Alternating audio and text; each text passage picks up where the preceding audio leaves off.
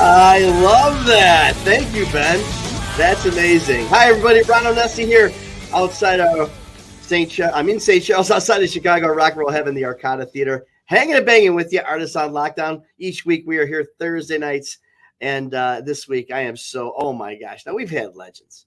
We've had icons. Matter of fact, I'm on this show every week with two legends and icons.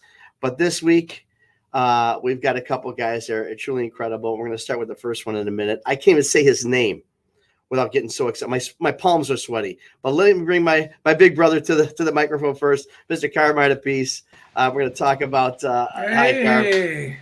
First of all, how was your daughter's wedding? How cool was that, huh? It was awesome. It looked like The Godfather. You look like the guy. With my hair combed back and a tuxedo with a black shirt, it looked like the Godfather. Walking down there, she's got this big ass dress, long trail on it, ridiculous. But it was a good time. It was very Halloween oriented, and it was really cool. Really, I'm so glad, man. Yeah, my lateral brother, your younger brother, Vinny Appice, won't be with us tonight. He is on the road doing sound checks. Vinny, we're going to miss you tonight, but we will somehow muddle through. At least I know no one's going to really pick on me very much. I mean, you pick on once in a while, you throw a little shot. He goes for my freaking jugular. So I'm gonna relax a little bit tonight. But tonight, I have to think of something to pick on you for. You know what? Okay. You really can't. I mean, look, it's obvious you can't find anything. No, you're good today. I like that jacket actually. It's a good look, huh? Yeah, good look. is. Hey, man, we could small talk all you want. However, but I can't believe we got Dion on the show. Oh, I know, right? I mean, each week we talk about legends. We also talk about the Italian connection. A lot of these guys have been Italian, but you're talking about connection with being Italian, being from the Bronx, and just being one of the greatest rock and rollers of all time. I'm going to bring him because I can't. Hall of Famer. Rock and Roll Hall of Famer. Please, I think it was 88 or 85. Anyway, please welcome Dion Damucci. Hey, buddy. I know you get tired of this, right, Dion? You get tired of the accolades? Yeah, terrible. I know. I could tell. But it's really something, Dion. I know. You're like, oh, please, because you're a very humble guy. I got the opportunity to work with you a few years ago. You're a neighborhood. Uh-oh. And you know what? Very few comments you give the guys like us that is greater than saying, you're a neighborhood guy, right? Well, if I didn't know me, I might be impressed. But I happen to know, But I was just up in the neighborhood, Arthur Avenue, Mario's. Wow. Mike's Deli. Go by David at Mike's Deli. We lost Mike, I think, last year, but love Mike's Deli. Go by Gerard at Gino's for a cannoli. No, I was there with David Greco. Jerome, rather. Place, man. We get the fresh mozzarella. We try to get it back to the apartment. You get fresh mozzarella, right? And you get in the car. You have 4 of them, and the car is loaded, and they very rarely make it back to the apartment. Eat them like an apple. We're in the car with did you ever? I toured in Italy with an Italian artist, and his whole band was Italian, and we'd go around, and all they would get was a ball of cheese. A ball of mozzarella, right? And we'd eat it all the way through Italy. So the other day we got a message as my daughter got married, and he said, "Congratulations, ball of cheese." That was awesome. I'll tell you how much I love cheese. I have 3 daughters. And when they would eat out at a friend's house, and somebody would put out a little shaker of cheese, they thought they were individual cheese. Ooh, how cute. We have our own individual. No, they went, that's for the whole table. They were like, are you kidding me? My father takes the top off. It's like.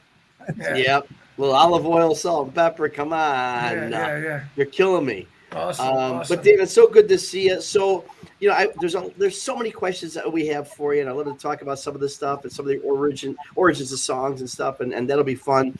But I really want to get to your new project first because it's very exciting. Yeah. The album, if it doesn't win, I don't know, 30 or 40 or 50 awards, I don't know what should.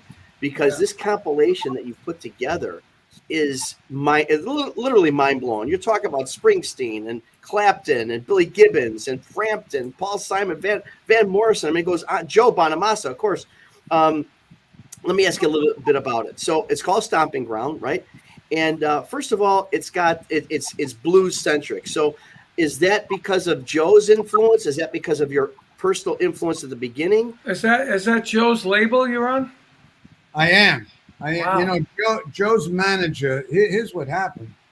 Joe's manager, Roy Weissman, lives across the street from me. Oh, See, that's how it works. And by the way, Jason Bonham lived right in my community. yeah. And his dad probably, everybody says he learned how to set the drums up because of you, and he studied you. Yeah. So that whole so I'm like working. Your grandson lived around here. Anyway, Wow. I'm writing better than ever. So I write these songs. I go in, I record 14 songs. This is on an album I put out last year called Blues with Friends. I grew up to Jimmy Reed. When I was a kid and I heard Jimmy Reed say, if you ever say goodbye, honey, if you ever leave me and say goodbye, you better take some insurance out on me. I'm going to lay right down and die. And I thought that was clever. Thing blew my mind, changed me forever. I'm still the same. I'm still like in awe with all that stuff. So I heard Jimmy Reed grooving, and I heard Hank Williams, honky tonk blues. And I was learning how to live through listening to these records. And I wanted to communicate like Hank Williams, and I wanted to groove like Jimmy Reed. He just had that roll, that swing. Anyway, I don't think The Wanderer or Ruby Baby, I don't think any of the songs I ever recorded would have happened without. That's like in my DNA. Yeah. Mm-hmm.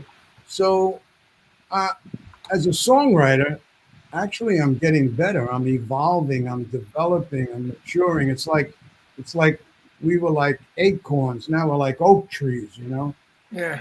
So I write these songs. I go in. I record them, and Joe Bonamassa stops by, and he hears one of the songs. He says, "Dion, I want to play on that." He says, "That's cool." Oh, that's awesome. I had the tracks, so I said, "Hey, be my guest," So he takes off on it, and I'm in my truck, and I'm listening to it on the way home, and I kid you not, Ron, come on, I thought I could write a song. I know how to sing it. I know how to make a record, but I am totally limited.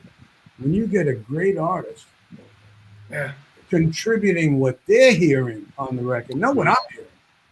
So he spun me out in another universe, and I started thinking on the way home, maybe I could get Sonny Landreth to play on this, or Eric Clapton to play on If You Want to Rock and Roll. So I send the song to Eric Clapton, and he was like, "Dion, you were part of my music wake up with Big Bill Brunzy and Muddy, and Yep. He said, I've lived such a charmed, graceful, grateful life. I'm just, to play with my heroes like B.B. King and Albert King and make tribute albums to Robert Johnson. And he said, now you're calling me to, he said, I tell you what, I'm going to stand up and I'm going to play like I'm playing for 20,000 people. And man, wow. if you listen to the song, he sounds like he's 19 on it, man. He's really incredible. We got the album. We got the album, right? And I didn't read who was on it. And I played the first track. And I said, wow, this is freaking awesome, man. I said, who the hell is that playing guitar? I thought it was G.E. Smith, and then when I look closer, it says Joe Bonamassa. Then I look down, Eric Clapton, Peter Frampton, all these guys.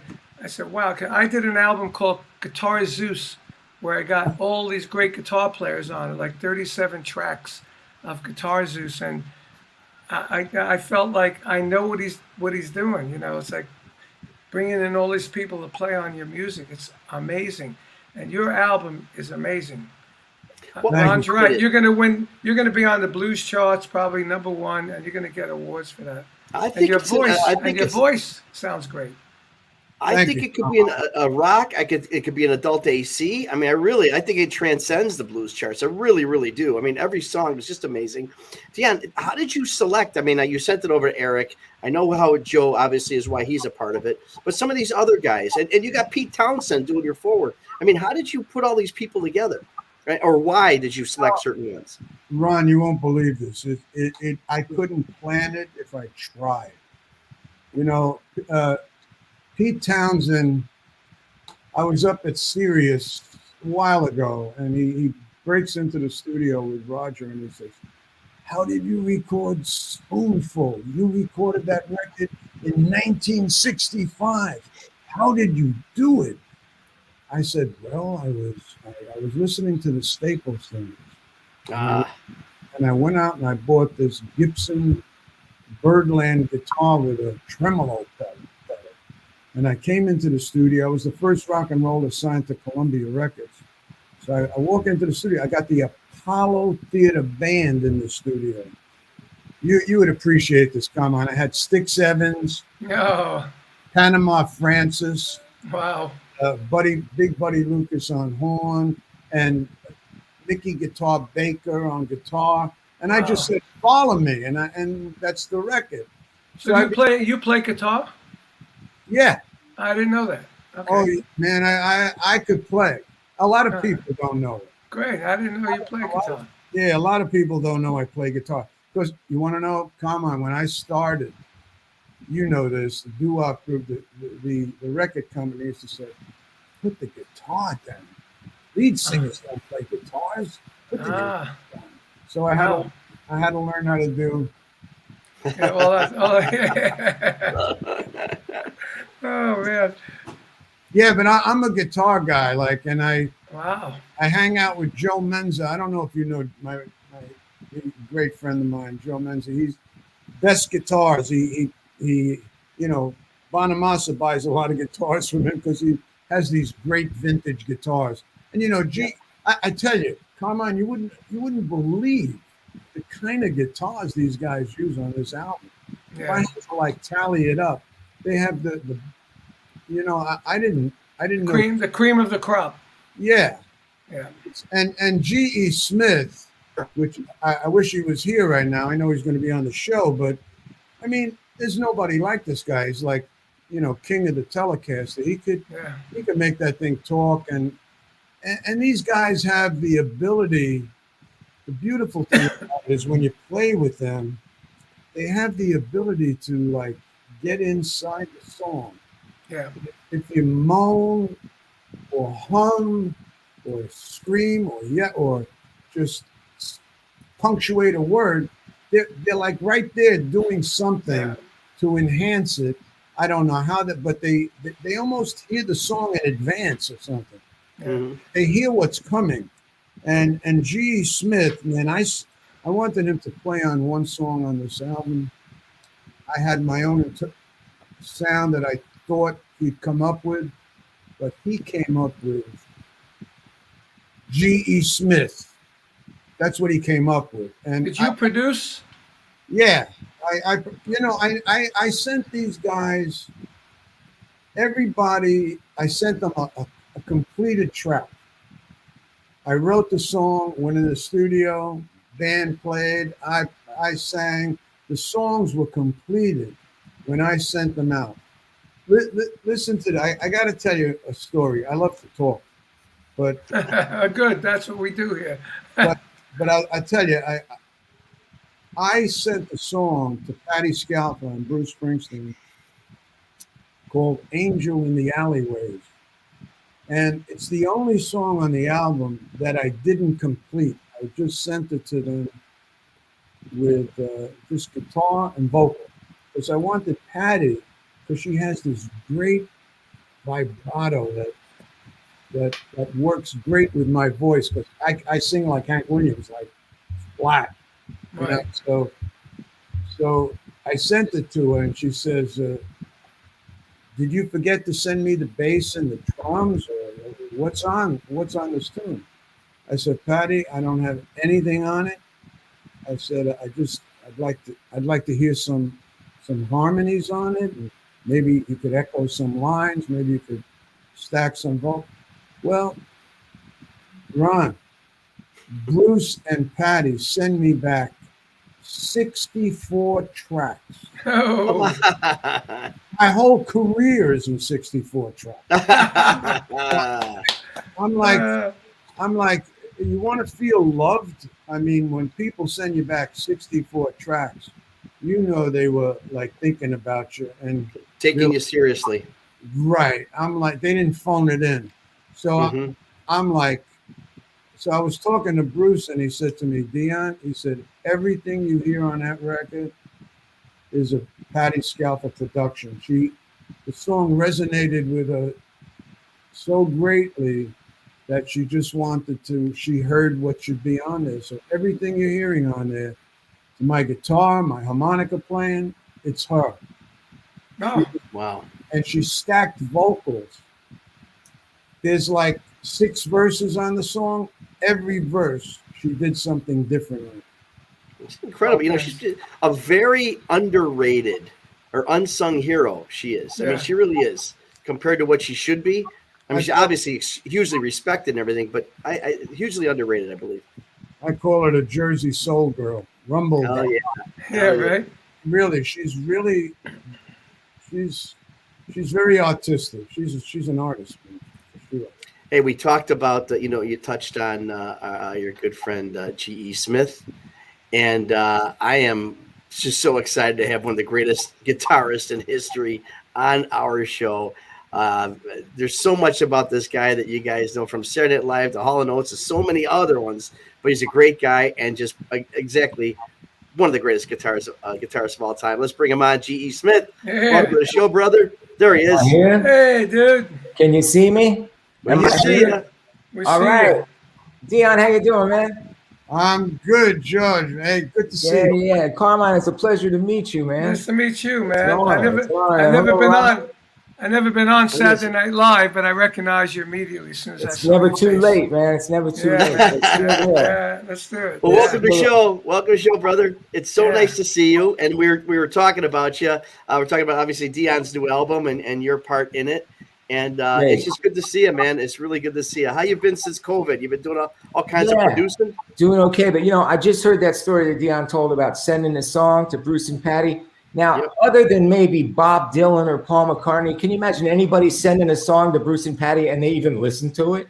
No, it's Dion. Or Clapton. Right, listen. Or Clapton, right? Yeah.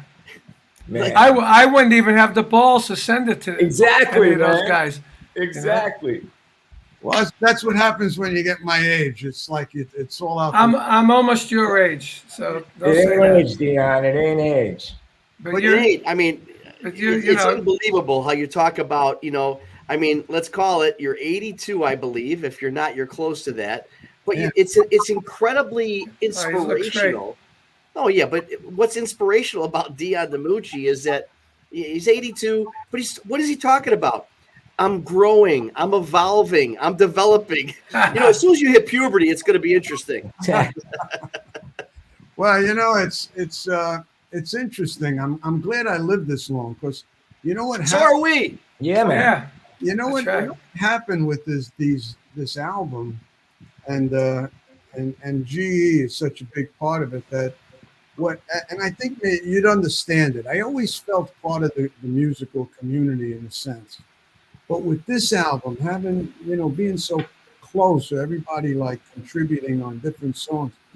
It just, I hate to use the word. I don't know why. It's because it sounds drippy, but it makes you feel loved. You get all this, everybody just kind of contributing to you wrote.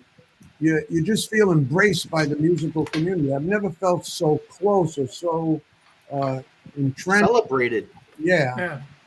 I know what you mean. Like I said, I did this Guitar Zeus record, and it was the same thing. I got all the great guitar players. I got Yngwie, Slash, Richie Sambora, I can't even remember, Leslie West, Ted Nugent, everybody. And it really felt so good to know that these guys are doing this for me. I said, wow, Yeah, right. you know. I said that's really awesome. And Well, now that's a testimonial. in November I have the 25th anniversary box set of it coming out. You know, Cool. which is awesome. But like I said, Hey, when I looked at your album, I looked at it. I said, "Oh my God, he's like doing a guitar zeus, a blues guitar zeus." You How know? did? Hey, Carmine, how do you like? Did you start in a garage in Brooklyn, or do you blow everybody out of your mother's apartment? You mean with the drums? No, Yeah. we had a porch. We had a porch. At first, it was a cellar in Brooklyn. You know, not a basement. It was a stone cellar. And my Right. grandfather was a shoemaker, so sometime I'd be down there trying to practice, and he'd be banging on the shoe, and in a different tempo. And I say, "Hey, Grandpa, can you tap in this tempo like this?" You know, and he'd run out and go manage and curse me out in Italian and go upstairs. You know. And then we graduated to our own house around the corner, and we had an enclosed porch, it was proper porch, and that's screened in. And we had a drum set on there, and that's where I did most of my practice. And then later years, when my brother started playing, he started on the same porch. I left the drum set home, and I went in there when he was like 9 years old. And he said, "Hey, come and listen to this." He's pulling me by the pants. I go when he starts playing, and I said to my mother, "How did he learn this?" He goes, "He's in there every day. He's driving me crazy like you did." So when we did an album together, and I wrote a song called "Brothers and Drums," and it tells that story. Oh. And I actually put that in it. I said, and my mother said, "He's driving me crazy like you did." I put it in there as part of the music. Is that song in Drum Wars when you do it? We don't do it live yet. No, It we haven't should done be. it. Are you kidding me? Well, we haven't done it, you know, because nobody You knows should. it. You know. Well, because you don't play it. Well, let him know. Yeah. That's true. Oh, he's got a guitar. He's got a guitar in his hand. Look at these guys. Look out. You know, G, we all grew up on Saturday Night Live. We all loved it. But for me personally, obviously, we loved all the comic. I mean, that's what it was. But for me personally, the music part of it was like the treat. It was the bonus. Obviously, you had some great experiences there. Is there any one particular performance that's like a standout night that musically would just blew your mind? There was so many. Yeah. I was going to say it's like too many to remember. I'm a band guy. You know, I'm an old bar band guy. That's how I came up. So I loved it when a real band would come on, like when Tom Petty and the Heartbreakers were on. They were on a couple times. It was a real band. These guys have been playing together for years. It sounded like a band. It was great. Nirvana. What about Sly? Was Sly? No, Sly wasn't on when I was there. Wow. That would have been something. Man, some of the best performances I ever saw, Sly and the Family Stone. Yeah, they used to open up for Vanilla Fudge. Yes, I remember. And I think, that the Larry Graham hitting with the thumb and pulling the string, Tim Bogert used to do that. But he didn't play it funky. He just bang the string, pull on the string. And Larry saw it, and then he came up with that funk thing, Did Sly open for you guys at the Fillmore East? No, at Westbury. At Westbury, okay. Because I saw both bands, but I couldn't remember if I saw Sly opening or what. Yeah, we had, who was it? Zappa opened up at Westbury one time. Really? We had a lot of crazy people. Out on the island, yeah. Yeah. Led Zeppelin opened up for us. Yeah, I knew that. Yeah, I read that. Yeah, that's funny. Crazy, man. Yeah. How was that night? I mean, talk about that, Carm. I mean, you got but was Led Zeppelin when they opened for you at the time? No, Led Zeppelin was big, but the album wasn't out yet. It was Led Zeppelin. It was Vanilla Fudge and Spirit in Denver, sold out, 8,000 people, and the promoter didn't want it. He said, "We're sold out. We don't need him." They had our agent. So our agent said, "Well, I'll tell you what, they're only $1,500. You pay $750 and Vanilla Fudge will pay $750. So we paid them $750 to open up for us that night. And when they got on, there was people clapping, "Bring on the Fudge, bring on the Fudge." It's like 6 months later, they were as big as we were, Oh, wow. Amazing. Yeah, first of all, we talked a little bit about being from the neighborhood, and I mentioned Chaz, Bronx Tale, that whole thing. But, the Bronx Tale, the film, and Arthur Avenue. I mean, let people know just how real that is. That Neighborhood versus a Bronx Tale movie.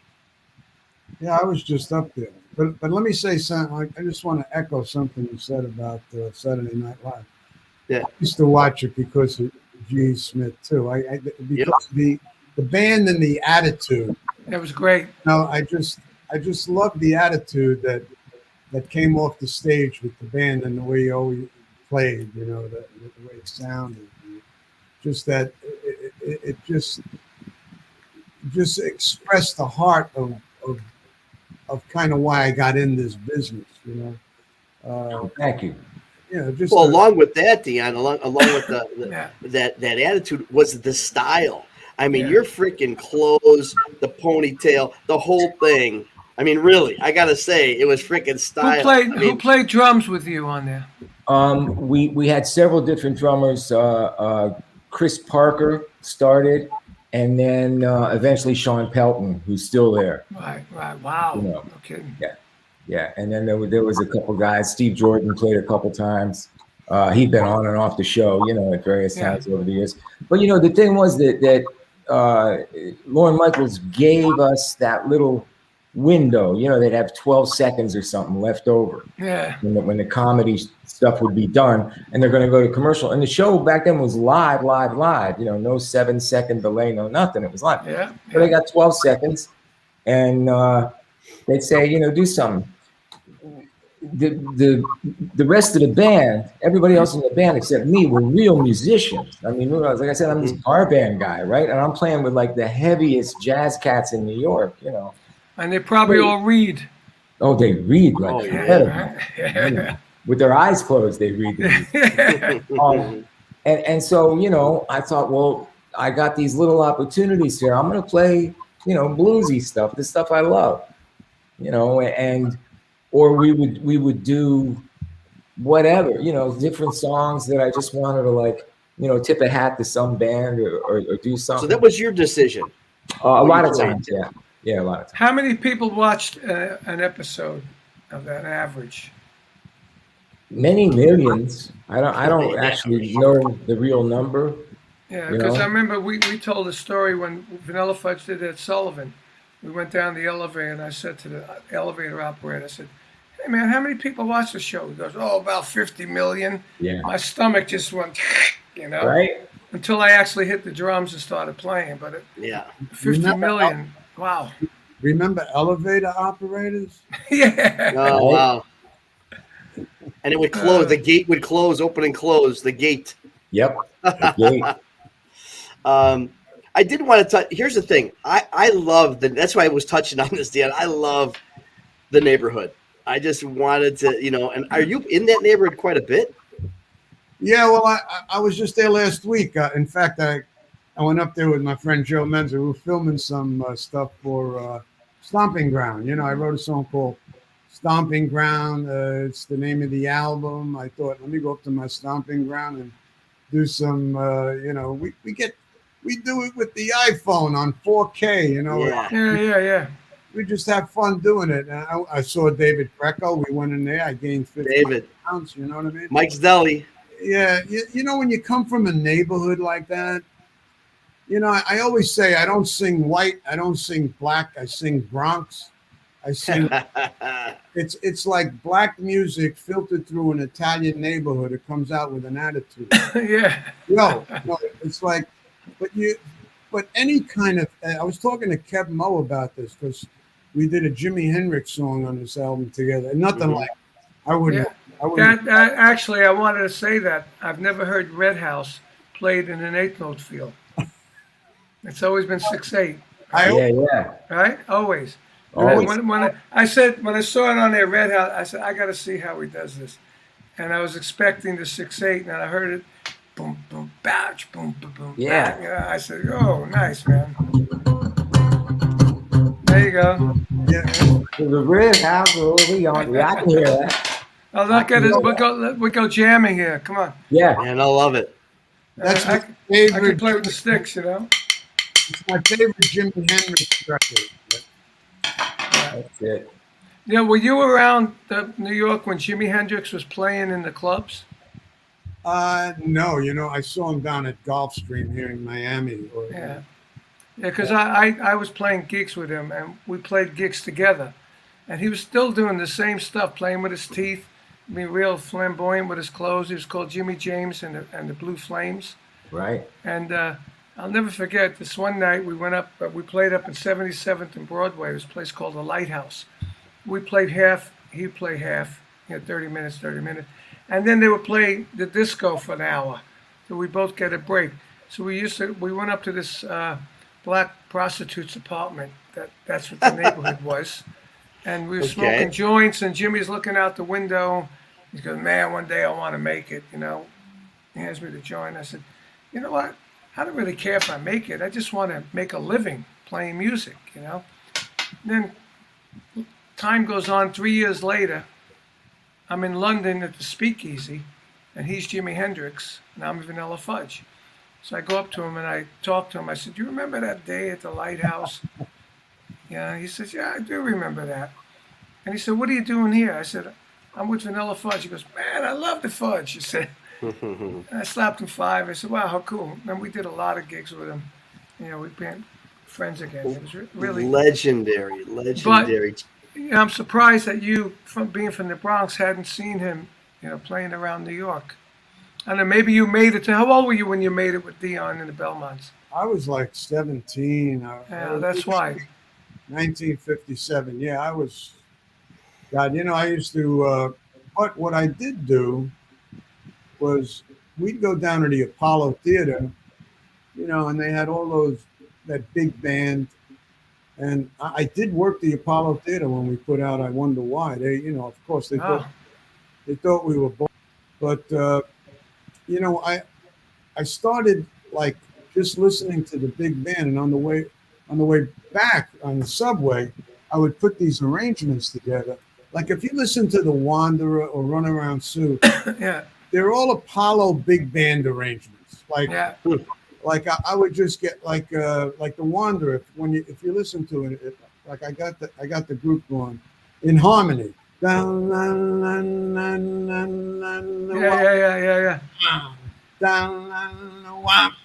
And it was like the saxes, Yeah. Hold on.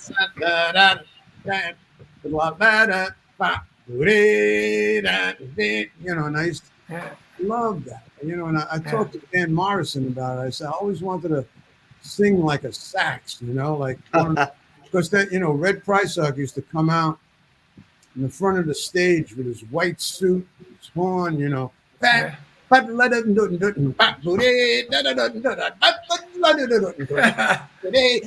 man. Nice. And we would get up and we were nuts. They'd have to throw us out of the place. The guy was just burned. They'd have to rebuild the stage. Did you guys ever do the Alan Freed shows? Yeah. Yeah, I probably saw you at the Brooklyn Paramount. And I was like 10 years old. My older brother wouldn't take me, so my mother took me. Right? So I went to see Alan Freed with my mother, and I saw the 2 drummers and the big band, and that was it. I was hooked. I was like 10 years old. I was hooked, man. I saw the Ronettes, I saw the Flamingos, Chuck Berry, Bo Diddley, all that stuff. Probably you guys. It just left such an impression on me. Being backstage with those guys, like, even, I'd be talking to Little Richard's mother, Leva May. Stop. She'd be telling me, Dion, how did you sing Ruby Baby? Like, what do you, and I would have, she would compliment. I told Richard, I said, if you said something nice about myself, I would have forgot about it. But your mother complimented me. Yeah. So that's a big deal. And Bo Diddley would be. I got to know him. He's a nice guy, man. Right. And he cooked some great barbecue. Yep. He would go right in the dressing room. He would, you learn how to. My wife learned how to cook a lot of stuff from those guys. Big Buddy. Wow. You've been with her that long?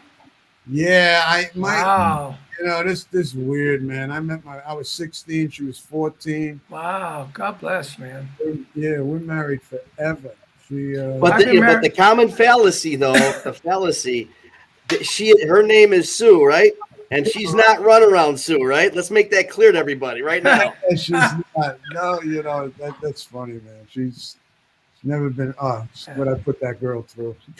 I always say to people, "Hey, you married?" I go, "I've been married 50 years." And they go, "Wow, that's great. I see you have 5 different women." You know. That's great. G.E, did you know Sticks Evans or Panama Francis? Sure. God, they were awesome, man. Panama Francis, definitely. But Dion, I gotta say, man, you just mentioned The Wanderer, and The Wanderer has always been one of my favorite records. And I love the story you tell about that. You listen to the Apollo band and the horns, and then you arrange the vocals. I'm gonna listen to it tonight. The groove on The Wanderer is insane. You know, well, you know what it was? I tell you what happened on that record. And Carmine, maybe you could help me with this because I still don't understand it. I went in to do an album and I brought in a bunch of songs. I did Kansas City and we did it as a shuffle, you know. So I said, you know, I got another song that we put together. It's called The Wanderer. Same key, same shuffle. Let's do it. You know, I said, just follow me. I said, the bridge is here, and I played it for them. And Panama Francis said, let's reverse the shuffle.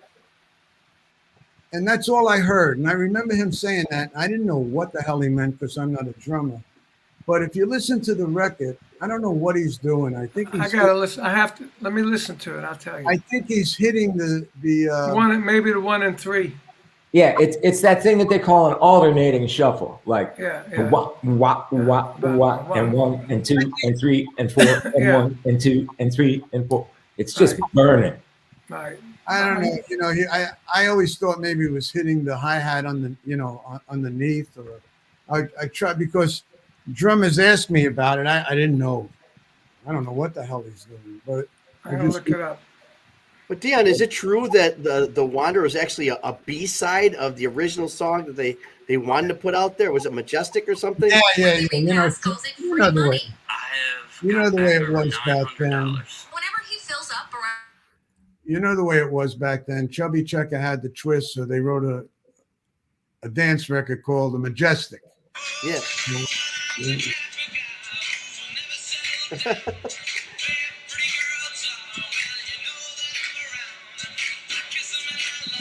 I don't hear anything different. You know what I'm saying?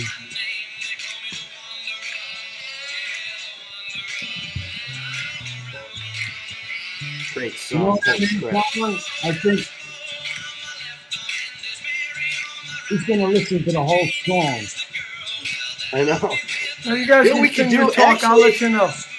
Here's what we'll do. We have a commercial that we got to talk about for next week's show. I think now's a great time to go to our commercial. Let everybody know what's happening next week on Hangin' and Bangin'.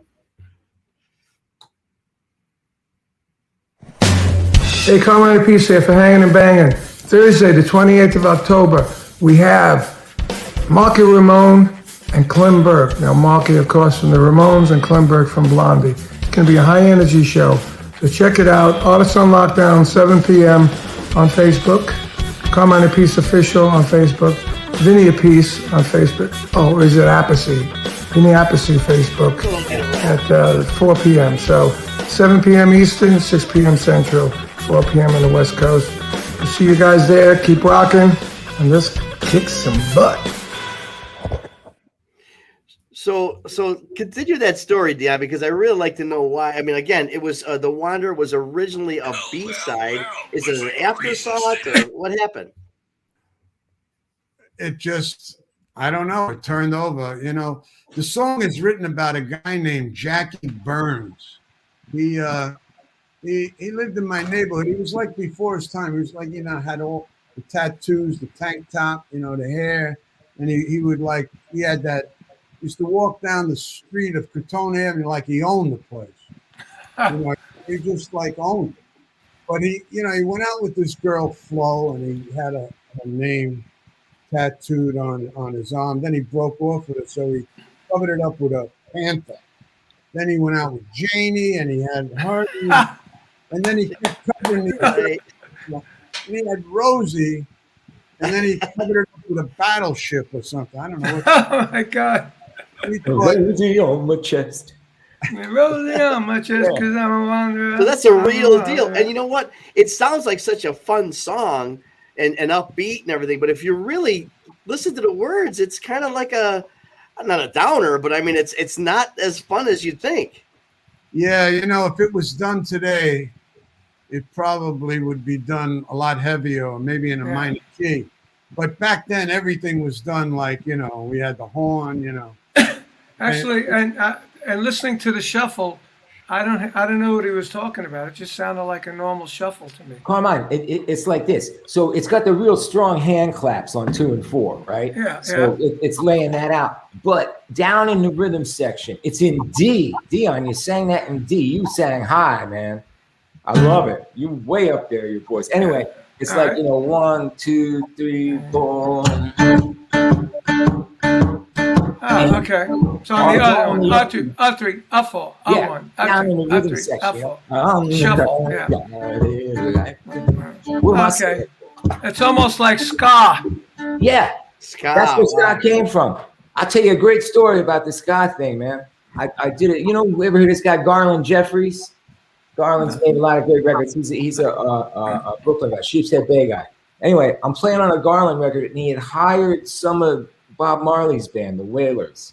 Awesome. And this keyboard player, Earl Lindo, who they called Wire, was there. So I started talking to him one night after the session, and he told me this story that in Jamaica in the 50s, late 50s, early 60s, they didn't have like great radios, and they certainly didn't have any kind of good speakers. So they had no low end. They would have a radio, and they would play it through those horns, like at the old ballpark. The horn, horn. right? And we used to have them in the vanilla fudge. Right? Just the horns, no bottom end. So all they could hear was the real high. So he said there was a radio station from Miami and a radio station from New Orleans. They didn't like the stuff from Miami, but they liked the stuff from New Orleans. And it was Fats Domino, Professor Longhair, all that kind of stuff. Yeah. So it was, Fats going boom da boom da boom da boom da boom da boom da boom da boom. Yeah. They couldn't hear the left hand because they couldn't hear the bass coming out of that middle horn. So all you heard was the right hand. Tap, and they saw it turned it around, and that's where it all came from. Yeah. So all they heard was the, So when I was in England in 1973, and I heard reggae for the first time in Chicago, and the changes were like C, A minor, F, and G, and I said, "What is this 50s music? What is this thing?" And then I think Jeff told me, "This is reggae, man." I said, "Reggae," and I said, "Where's the bass drum is on 2 and 4? What's that about?" Yeah. That's and then I got into it, and I really loved it. When I played with Rod, we used to do Maggie May, and our bass player, Phil Chin, was from Jamaica. So he actually taught me how to play reggae, and we used to do a reggae version at the end of Maggie May. And Rod would sing like a Jamaican, and we'd go, "Oh, Maggie, I never," that was so much fun. Who was playing guitar when you were playing with Rod? We had 3 guitar players. We had Jim Cregan, Billy Peake that did all the Chuck Berry stuff, and this guy Gary Granger. Okay. And that was a great band. Phil Chen on bass. Phil, yeah. And, Phil Chen, great guy. I did an album with him. He was so much fun. You did? Really? Yeah. Oh, wow. He's very sick now. Oh, that's too bad. Yeah, he's got stage 4 cancer somewhere. He's in San Diego with his daughter. Do you have his number? I do, actually. I do. We should exchange numbers since we live in Florida. Where do you live, G? 561. Yeah, I'm 561 too. But I have an 805 number. G, where do you live? I'm in Long Island. Where in Long Island? All the way out at the end, almost. We're playing there at Riverhead at Suffolk Theater. Yeah, that's a great theater. With the Fudge and Robbie Krieger. With Robbie Krieger, great. Next week, actually, on the 29th. Really? Yeah. That's Very a great cool. show. I can't wait to If have you're you. around, Yeah, man. let me know. Come down. I'll check it out. Yeah, the That's boys would love great. to see you. Yeah, it's good. Yeah, we brought up a few of your songs, obviously, but the one song I really need to know about because it seemed like it was, and I know you know what's coming, but kind of I don't know if it's a curveball of a song, but Abraham, Martin, and John. I mean, such a folky thing, and I don't know that you'd be known as a folky singer or folk singer. Some of your stuff had that basis. Tell me about how that whole thing came about. Your social activity at that time as well. I just had moved to Miami. Uh, I was. Let me give you the short. I was a heroin addict for like 15 years. Jeez. Oh man, it's amazing you made it to 82. Yeah, from the age of 14 to 28. Wow. Oh my God. I kid you not. This is a true story, man. I moved down to Miami because I figured I have to change my life. And you bring yourself with you. It's the geographical cure kind of thing. So I'm nuts. I'm like a crazy person. So I get on my knees one night. I said a prayer, and I haven't had a drug or a drink since. Like 54 years I've been. Good for you, man. And I've God been bless you. high on life, So a guy walks in my house. His name is Phil Gernhardt. He walks in with this song. Well, he called first. Says, I got a song. And it was like, anybody here seen my old friend Abraham? Can you tell me where he's from? So I'm thinking this song is like a real, taking advantage of it. It's like. I don't blame you hearing it like that. Yeah.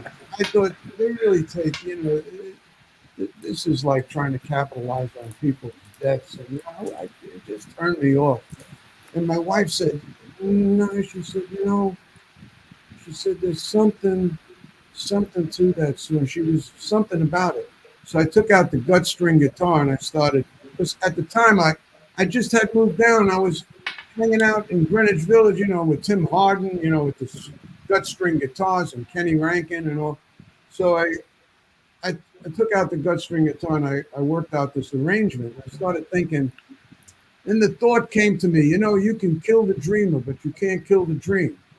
Like I'm going to do this song, but I'm going to do it in a way.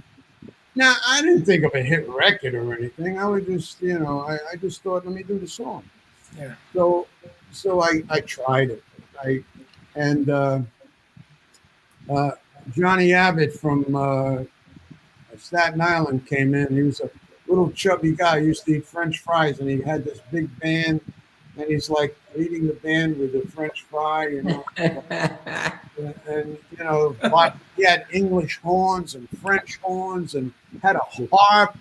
I did it for like Laurie Records, and then I put this. I heard, what was it? Picking Up Good Vibrations. The Beatles, the Beach Boys. So I put this interlude. There was like 3 verses in a row. So I put "Will the Circle Be Unbroken" between a couple of the verses. Just with a sitar, and I just arranged the thing like that, and I left it. I thought, it's a statement. I felt like doing it, and I did it. And the next thing I know, it's like starts going up the charts. So it's really I gotta say, it's really like a song that's really not in my wheelhouse. And, right. It's really not. How high did it go on the charts? It was number 1 in Chicago. I can tell you that. It was like number 1 and Hit the Road Jack, and that song kept going number 2, number 1. Unbelievable. And talk about people who've covered songs, and you guys all have songs have been covered. But you talk about the scale or the scope. Now, within the first couple 2-3 years of you recording that, who else recorded it even a little bit later?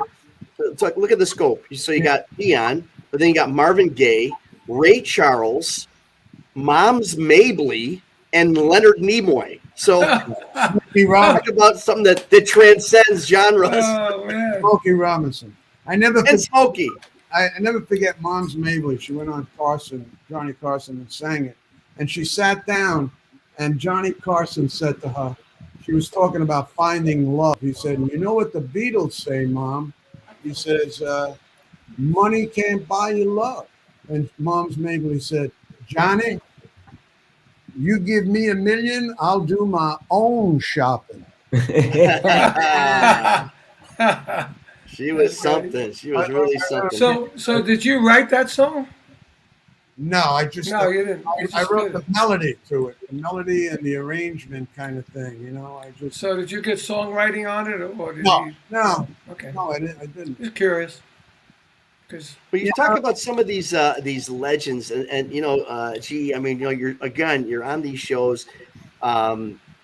Worked with some of David Bowie, Mick Jagger, Tina Turner. I mean, some of these people that you just, I mean, it's just mind blowing who you've worked with. But you did the tour you did the Wall tour with Roger Waters. Right. Was that a very was that a different spin for you from some of the other stuff you were doing? Well, it was really different in the sense that it wasn't like a rock and roll band. It was a theatrical production. Mm-hmm. I mean, I wound up playing bass for more than half the show because Roger was acting. He was out being the guy. And Tommy. so it was really interesting in that sense. It took me a minute to get used to that, but like once I got that, that okay, that's what we're doing. We're doing theater here. Then we had a great time, and Roger treated us great, and we traveled in very nice style. I thought I had done some big tours before. Yeah, that was a big tour. Well, what about your experience with Dylan? I mean, that's another fantastic. But Bob, as far as like traveling and stuff, was just the opposite. I mean, he liked to go very low profile. Slide into town. We would stay at some very funky places, which I enjoy. Not everybody in the entourage enjoyed staying in some of those places where we stayed, but Bob didn't like to make a big fuss anywhere. So, where did you grow up? I grew up in Pennsylvania. I don't know where you get that attitude on guitar. Who the hell did you listen to? I don't know. It's funny. I was thinking about Dion, when you were talking before. What I've always tried to do with the guitar is listen to the singer, and if you try to compliment or play along, kind of like, learn from what the singer's singing, then it's going to work. It's because you got to play the song. I was never one of those kind of guitar players that wanted to like go, listen to me. I always thought, well, it'd be better to just support the song, support the singer, and That's what I was telling Ron and keep getting work. Mine before you got on, that you guys have the ability to really some gift you have that you get inside the song like that. Well, I always loved guys like James Burton, who played with Ricky Nelson and then with Elvis Presley for many years. Burton, everything he plays isn't just like the perfect lick at the moment. It's money. It's a hit. Every lick he plays, you go, yeah, I'd buy a record just to hear that over and over. He's ridiculous. But those kind of guys, I love. Teeny Hodges, the guy that played on Al Green's records, the great Memphis guitar player. Man, incredible. Curtis Mayfield. Awesome. Man. Awesome, man. Great stuff. And of course, the obvious guys, Jeff Beck and Hendrix and Clapton. Of course, I listen to all those guys. But Albert King, B.B. King, Freddie King, those guys I really studied. Sat with King brothers, played them over and over and over. I was lucky. I got to see Albert play a lot because Bill Graham would use him to open for people at the Fillmore East. I have a ticket stub from '68, $5. Albert King, Jethro Tull, and the Jeff Beck Group. That was when Rod was singing. Ron Wood was playing bass. Nicky Hopkins and Mickey Waller on drums. Carmine, right? They used to call him Sticky Wallet. Sticky Wallet.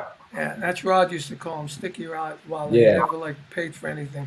I love Albert King. Great. I love it. I love And we're talking You know- about all these. Go ahead, Carmine. I'm sorry. Well, we met Jeff Beck in England, and then Vanilla Fudge was doing a Coke commercial, and our guitar player got sick, and he was in town, probably doing one of the shows, the first Jeff Beck tour, and we needed a guitar player, so we had the same lawyer. So he called Jeff, and Jeff came down and played on the Coke commercial with us. That's actually on YouTube, and it was great. I mean, me and Tim Bogert, we started playing with Jeff and said, "Whoa, Yeah. well, I play Yeah. with this guy," Yeah. you know. And I we ended sent up doing it. song- Great. I sent him a song. I didn't know if he would play on it, but he said, "I'll play on it if I could put it on my album." I said, "Okay." Sure. Why not? Why wouldn't you? I'll give you a few more, please. That's So right. did he play on it? Yeah. He's on He's your on there. record. He's on this record. Yeah, on Blues with Friends, I did an album last year. Oh, another album. He played a song called "Can't Start Over Again." He's got kind of magic. It's amazing when I listen to all these guys. Like I know. you I got know. an amp, you got a guitar, but But it sounds different. it's your hands, The it's feel like different. The feel. The hand. Vibe. hands, Yep. his heart and his Yeah. soul. Everybody's different. Different sound. You get like Yeah, I got that too when I did my record. I mean, Right? we had the same trio. We had the same trio of music, and then everybody put their stamp on it. Yep. You know, and different feel, different way to play, different sounds. it's fun. It's awesome. To listen to. Yeah. Real, a lot I of love it. You know, we're talking about legends and icons again, and listen to you guys talk about this stuff is just amazing. Dion, I know you get asked about this a lot, but a lot of people I don't think really know your connection here on the day the music died. We lost Big Bopper, Richie Valens, and obviously Buddy Holly, and you were part of that whole thing. Can you take us down that road? Well, I went on tour with Buddy Holly in 1958 for about a month, and then, so then when we put when the agency put the tour together in '59, we got together. He wanted me on it. I thought, yeah, I'd love to go on it. You know, so we embarked on that thing, and we were crisscrossing the Midwest for about it was like a 3-week tour.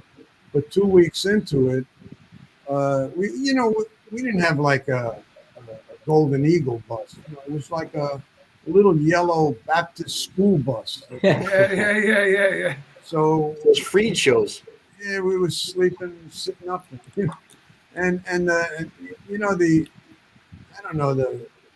all those fan belts kept breaking, and the heater kept breaking.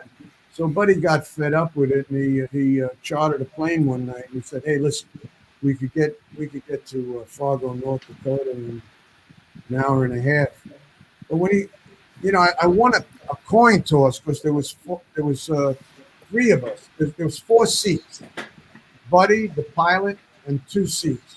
It was a Beechcraft Bonanza. It was a small plane, and he was trying to recruit us because if he could fill up the plane, the overall price would be less for him. So it came to $36 a piece. Oh, wow. I said, nah, that was rent in the Bronx. My parents always argued about this $36.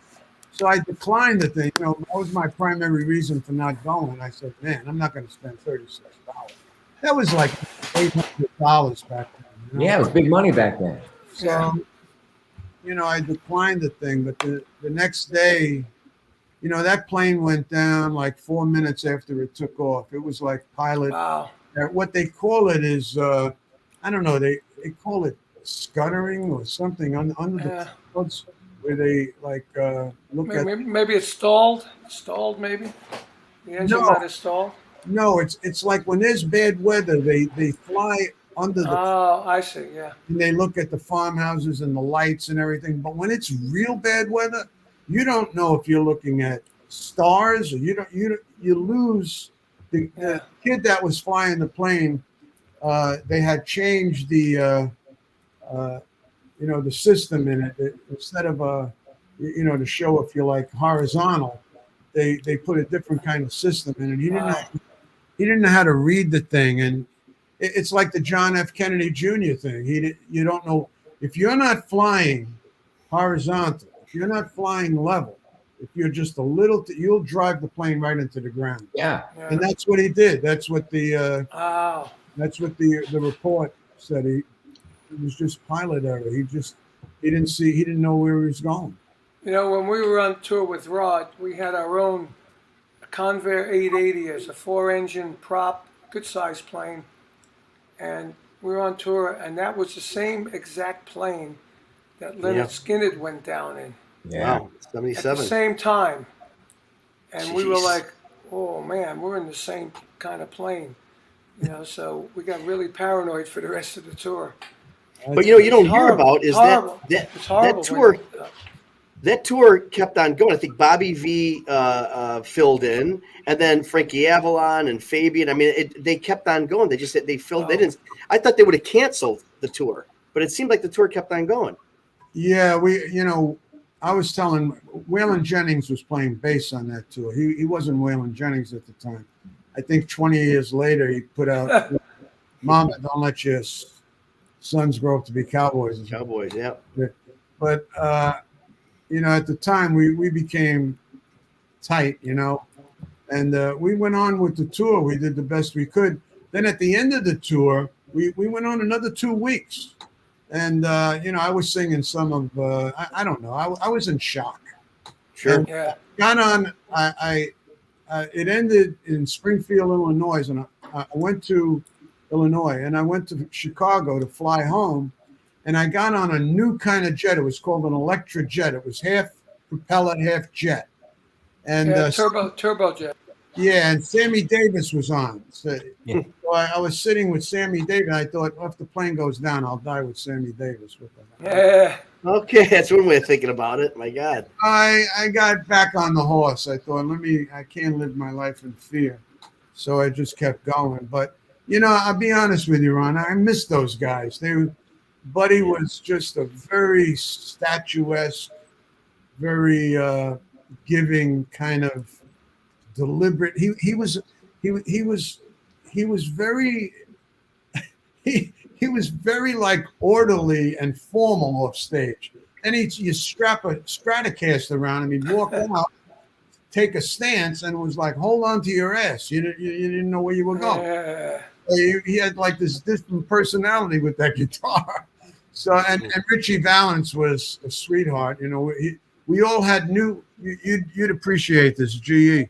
We all had new Stratocasters, and we were in a contest to see who could make it ring the longest. No, you shake my nerves and you rattle my no. We see who could make it. I don't know who won, but but the Big Bopper was a great guy, a great songwriter.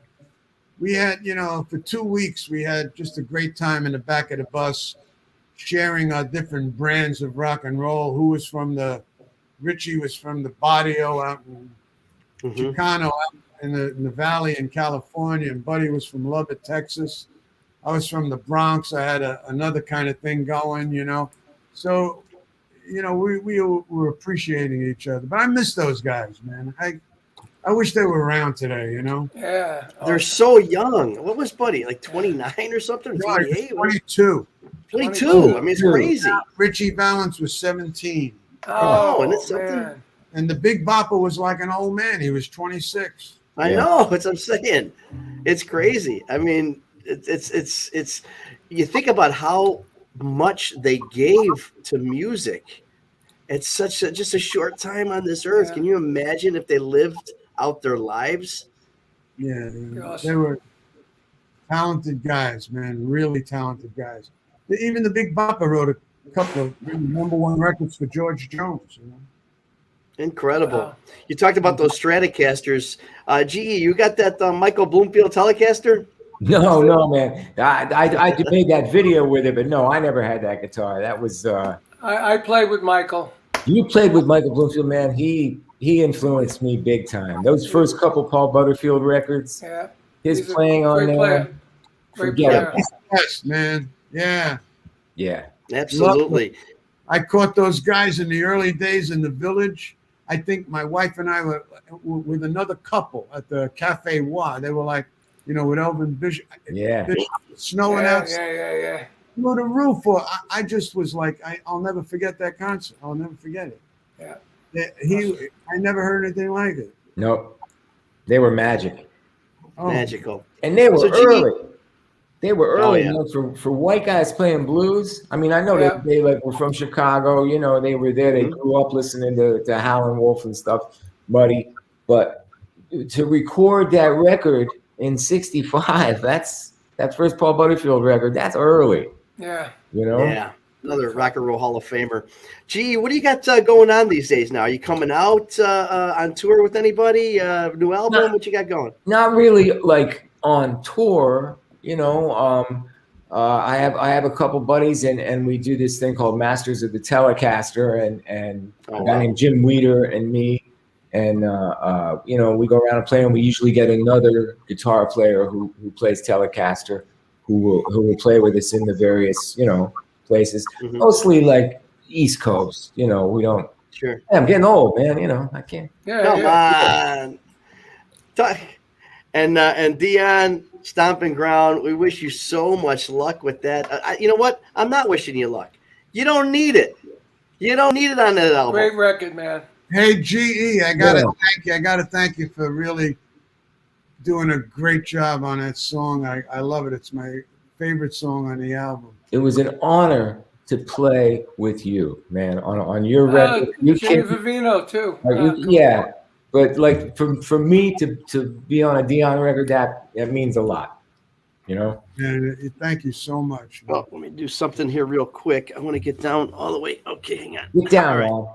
No, here I'm on. No. Here's what I'm doing. Get down on it. No, I am on my knees, begging Dion to come to Chicago. I've been trying to get you. I've been talking to Dick Fox and everybody else, begging anything. The people in the Midwest Chicago are dying for you out here, Dion. It's been so many years. I'm literally on my knees begging. We can do that. We can do that. I can do that. We're going to go out next. We put a tour together. We're putting it together in July of next year. I think that's when, ever since we brought you out, I mean, it's so many years ago now. Don't forget the Midwest. I know you do East Coast. I know you do Florida. Don't forget us out here. You don't have to come out in January out in Chicago. We get it. Chicago. How could you forget Chicago? What are you? Come on. Gotta do Chicago. You gotta do. We got all your Italian cousins. I'm going there in a couple of weeks. I'll be there. Playing the blues and you forget Chicago? What are you, insane? You guys, thank you so much. A legendary night. G.E. Smith, God bless you. We love you. I love your style, brother. I really do, aside from everything else. Let's exchange some numbers. Yes, numbers. Dion, God bless you, man. Thank you for all you've done for us over the past 82 less 17, all those years. Thank you for the next 82 years you got, because I think you got that coming. And thank you all for watching Hangin' and Bangin' Artists on Lockdown. We're here each week on Artists on Lockdown. The same bad time, same bad channel next week, Thursday, 7 o'clock East Coast time, 6 o'clock at Central, and 4 o'clock Pacific. Don't forget to like and share and go on Spotify and just do all that stuff, because these shows are magical. Look at our guests tonight. Thank you all for helping us, all the people who are helping us to produce it, Steve Love and Ben and Gwen and George and everybody. And thank you. We'll see you next time on Hangin' and Bangin', Artists on Lockdown. Love these guys.